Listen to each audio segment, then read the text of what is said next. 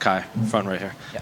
Obviously, it's been a while since we last saw you in here. I think you famously said they're giving the title shot to the wrong Kai when you won in Perth. So I guess, how's life been since then, and how long have you known this fight was happening? Because I think a lot of us assumed you would probably be on the Miami card, but instead you're fighting here on International Fight Week. Yeah, kia ora. Awesome to be back here in Las Vegas.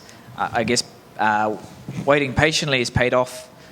When the UFC kind of said, you're not on that Miami card, we're going to push it back. I had a feeling that something bigger was happening, and awesome to be here International Fight Week and to get rewarded, for my hard work and everything that we're doing in this division. Me and Pantoja are co-headlining one of the biggest cards of the year because they know we can deliver for the fans, and we're going to go after it. We're going to scrap, nothing but respect to Pantoja, but I want to take his head off, and I'm not leaving Vegas without that belt. I'm sure you heard the rumblings of them re-signing Kyoji Horiguchi. Was any part of you just like, oh no, this is going to happen again? Like, they're going to give my title shot to someone else? I can't control any of that. I can only focus on myself. And what I've been doing since, taking, not fighting, is just getting better. I've stayed in the gym since pretty much the end of last year. When they gave that title shot to Kaya Sakura, I thought, okay, I'm surely going to be the next guy. I even DM'd Pantoja after the fight and saying, bro, you know who's next. Let's do it. And then, he's a man of his word. He said, yep, I want to do it. I want to test myself against the best guys. And, me beating Steve Ercik in the first round just put me at the top of the list every time you had a conversation of who's the next guy. I'm a fresh matchup. I've got a skill set that will give Pantoja problems. And we fought 9 years ago. I was a boy back then. Now I'm a man. I know what I'm fighting for. I've got a whānau and a family to provide for. And I'm in a great place mentally, spiritually, and physically coming into my career best. And you've been doing this for a long time. Fans of the media like to latch on to those storylines. And like you said, it was 9 years ago. But when you fought him back then, did you think he would reach this level? Did you see him as a future UFC champion when you fought all the way back on The Ultimate Fighter? Well, he was the number one pick. Yeah. The number one seed. And me on that Ultimate Fighter Season 24, I was the only one to get a knockout on that show. And when I got that knockout on my first fight, that's when I fought Pantoja, the number one guy. So I knew that, this guy's going to be around for years. And there's no surprise that he became a world champion. He's so well-rounded. But his biggest strength is he's so tough and durable. He doesn't mind getting hit. Like, he loves it. And when you think he's tired and you think you can get him out, he goes even harder and ends up, hurting you. So, we're prepared very well for Pantoja. Already fighting him once before. It was a 2-round fight. It's only an exhibition fight. You can't really compare that 9 years ago to now. I'm excited. I wasn't training out of City Kickboxing back then either. I was training out of Thailand.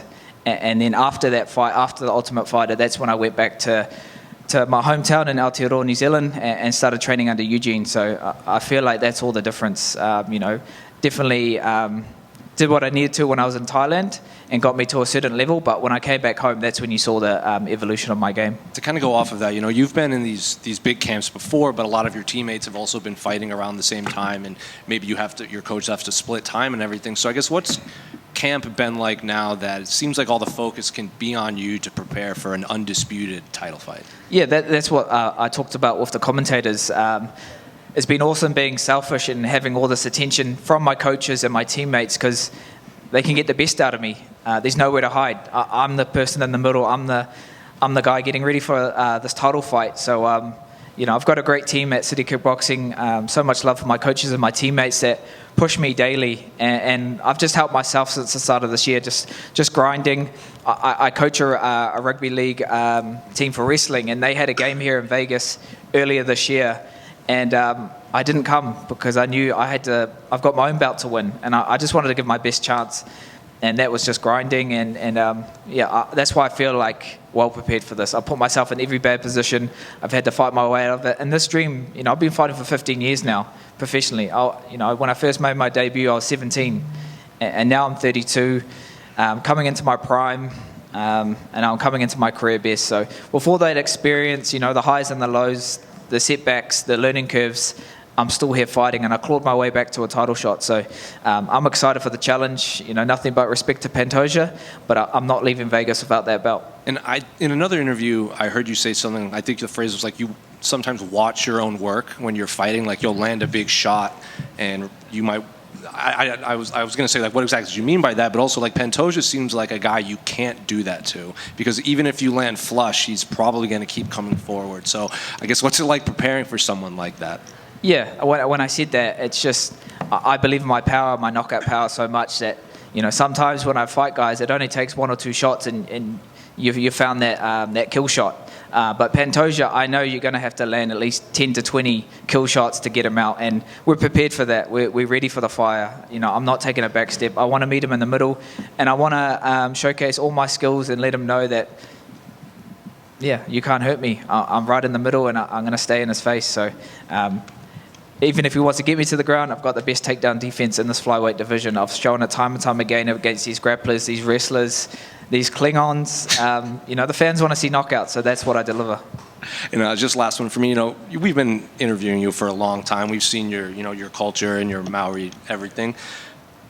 In the countdown, I think there's obviously, since in the last few years, there's been a lot of new MMA fans that might not have seen that side of you. So I guess what's been, the reception or the feedback you've gotten from like American fans and international fans that may not like recognize that part of your life now that it's in the spotlight?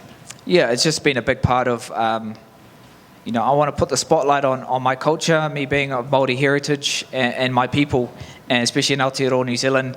That's what makes us special. That's what makes us unique. And, I want to carry that with me when I go into the octagon and in the UFC, and not just educate, but let everyone know where I come from, that I'm proud of who I am and what I represent. And like I said to DC when he asked me, how do you have all these knockouts on your record? And it is because I'm Māori. That's my superpower. And that's just me speaking my truth. And come Saturday night, I'll be representing our country, making everyone proud. And just know when I'm making that walkout, I'm representing all of us. Just over here. This will be Pantoja's 4th title defense. How do you think you compare to some of the contenders that he's fought before? Yeah, so stylistically, it's a great matchup. He's tough. He's going to come forward. And I think he's going to be stubborn, where he's going to strike. He's not just going to try and go for a takedown and get me to the ground. He's that kind of fighter. He's going to get even and, I guess, prove a point. And I love that about him. But it's going to get him hurt, and he's going to walk into a kill shot. And, I'm just ready for a fight. I'm ready for a dogfight for 5 rounds. And wherever this fight goes, I welcome it. And he's never been finished. You say you want to take his head off. What kind of openings have you seen?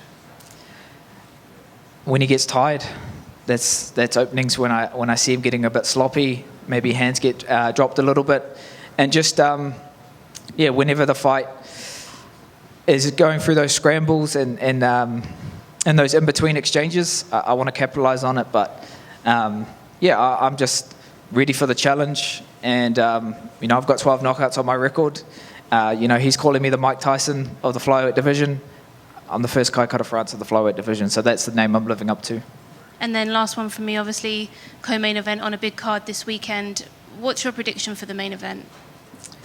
Yeah, awesome to be co-main. I guess setting the stage. I told Ilya last night when I saw him at the UFC PI, I said, hey bro, we'll set the party off and you guys can finish it. I love Charles Oliveira. He's the people's champ. But it's Brazil versus us. We're taking on these guys, and it's just exciting. So I feel like my heart says Charles, but my head says Ilya. He's got one of the best boxing styles in the UFC. Pound for pound, one of the heaviest, the hardest hitting fighters in the UFC. So I can't really pick, but there's your answer. Kai back here. Yep.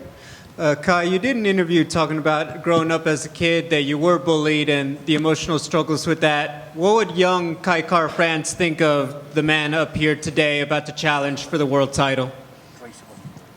Yeah, just that young, vulnerable, helpless kid that was getting picked on for being the smallest in this class. Just proud of how far you've come, not just as a fighter, but as a man. And yeah, just, look where we are, fight capital of the world. 15 years I've been fighting, and I was born to do this. So yeah, just proud to know that, if you are going through anything that's, adversity or struggling, it builds resilience, it builds character. And my whole fight career has been like that. I've had to fight for this, and it hasn't been smooth sailing. I've had to pick myself up time and time again, but I've always come back from losses. And here we are now, about to make history. So many things I've done in my career, but I haven't ticked this off, being the first flyweight Maldi world champion. So that's what I'll be doing Saturday night. Maybe not every young person will grow up to be a professional fighter at the highest level, but would you have any advice to any young person maybe going through it like you were once upon a time? Yeah, 100%. To our rangatahi, our young people that are navigating, challenges in their life, just figure out why you're doing something. And it doesn't even be fighting. It can be whatever passion that is. Figure out why you're doing it. And when things get tough and times get hard, you'll go back on that why, and that will pull you through. So yeah, figure out that why, and you'll have a clear path of where you want to be and where you want to go. Final question. Obviously a longtime teammate and friend of Israel Adesanya, going into the Hall of Fame for his war with Kelvin Gastelum. Can you go back? Do you remember what it was like as his friend and teammate watching that battle play out, and obviously went into the history books as one of the most epic middleweight fights of all time? Yeah, it's been awesome, seeing Izzy's career blossom and the legend that he is, one of the GOATs in the UFC and in the sport. Privileged and honoured to be, a friend of his, and just see everything that goes into being a world champion.